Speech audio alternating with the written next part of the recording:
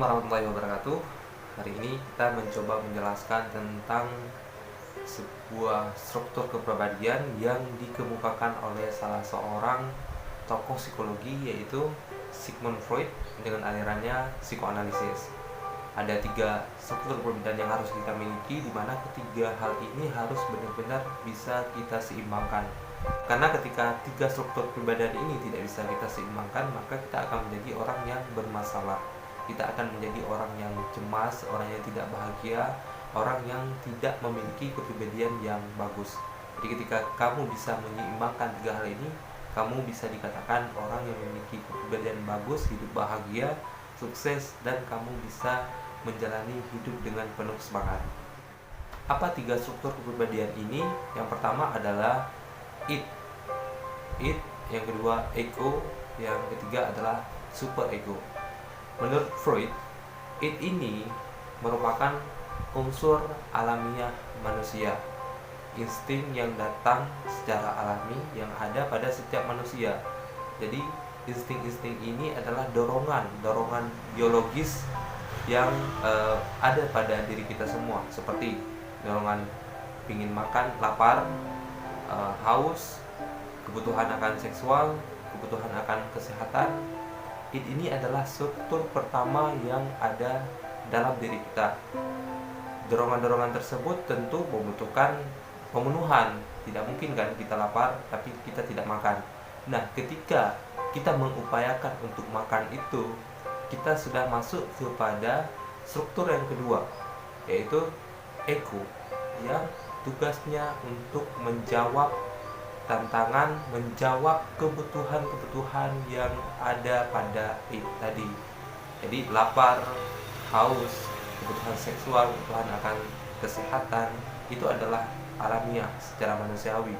Dan ego ini mencoba memenuhinya dengan cara apa? Dengan cara ketika lapar, dia akan makan. Ketika dia haus, dia akan minum. Ketika kebutuhannya bersifat seksual, maka dia akan mencari pasangannya.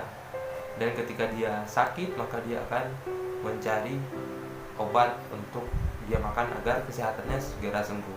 Jadi ini masuk ke dalam struktur yang kedua, yaitu ego. Kemudian yang ketiga ada super ego.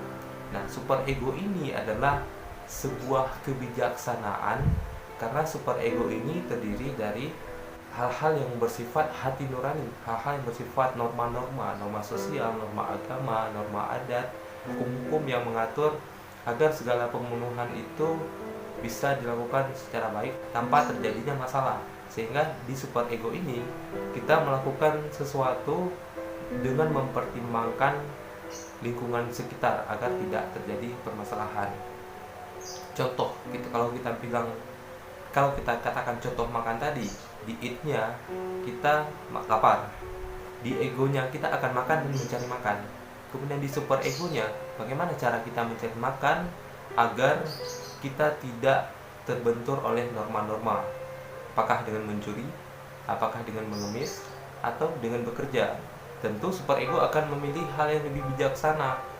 Kita akan memilih untuk bekerja dan mendapatkan sesuap nasi. Kalau kita mencuri, maka ada pertentangan di super ego, karena super ego ini bersifat hati nurani, tidak bisa dibohong, tidak bisa dibohongi. Super ego memiliki aturan-aturan, memiliki norma-norma. Ketika ini baik, maka itulah baik. Ketika ini tidak baik, seperti mencuri, maka super ego memberontak. Oleh karena itu, ketika kita melakukan hal yang tidak seharusnya, maka hati nurani kita akan mengatakan ini tidak baik. Dan ketika kita tetap melakukannya, maka ada sebuah kecemasan yang ada dalam diri kita sendiri. Contoh lain seperti kebutuhan kita akan seksual. Ketika kita butuh menyalurkan seks kita, maka kita tentu harus memilih cara-cara yang ma'ruf. Caranya adalah dengan menikah, bukan dengan pergi ke tempat-tempat klub, pergi ke tempat-tempat lokalisasi, dan itu akan menimbulkan efek yang lain, seperti terserang penyakit-penyakit yang berbahaya. Dan si pelaku tersebut juga merupakan orang-orang yang tidak baik. Itu kalau kita lihat dari perspektif kita sebagai orang yang datang untuk memenuhi. Begitu juga dengan si pelaku asusila ini. Jadi dia juga timbul kecemasan-kecemasan, kenapa dia bisa menjadi asusila, kenapa dia bisa bekerja seperti itu. Pasti ada peristiwa yang membuat dia stres, putus asa, sehingga terjerumus kepada jurang yang sangat gelap itu. Jadi tidak mungkin seseorang itu melakukan perbuatan yang asusila dengan kesadaran dan dengan cita-cita yang tinggi, tidak mungkin.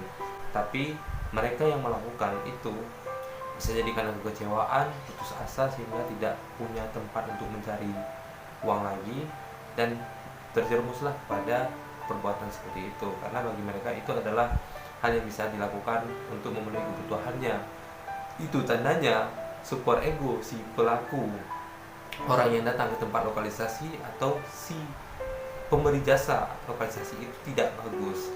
Jadi itu menimbulkan efek secara sosial, secara fisik, dan pastinya itu tidak baik untuk kehidupan dan masa depan kita semua. Nah, apa yang bisa kita ambil pelajaran dari pembahasan ini adalah ketika tiga hal ini seimbang, maka tidak akan terjadi masalah dalam diri manusia, tidak akan stres, tidak akan frustasi, tidak akan menyerah hanya karena beberapa insiden. Nah, itu saja yang tiga hal yang dapat kita pahami untuk hari ini tentang kepribadian kita menurut psikoanalisis yang dikemukakan oleh Sigmund Freud. Dan tentunya perbaiki super ego Anda, perbaiki kesadaran Anda untuk tetap mengikuti aturan, tetap mengikuti norma-norma yang berlaku dalam kehidupan Anda, maka Anda tidak akan bermasalah, tidak akan cemas, dan apa yang Anda kerjakan itu bisa dilakukan dengan senang hati. Barangkali itu saja, semoga bermanfaat dengan video yang sangat singkat ini. Sampai jumpa di video saya selanjutnya. Assalamualaikum warahmatullahi wabarakatuh.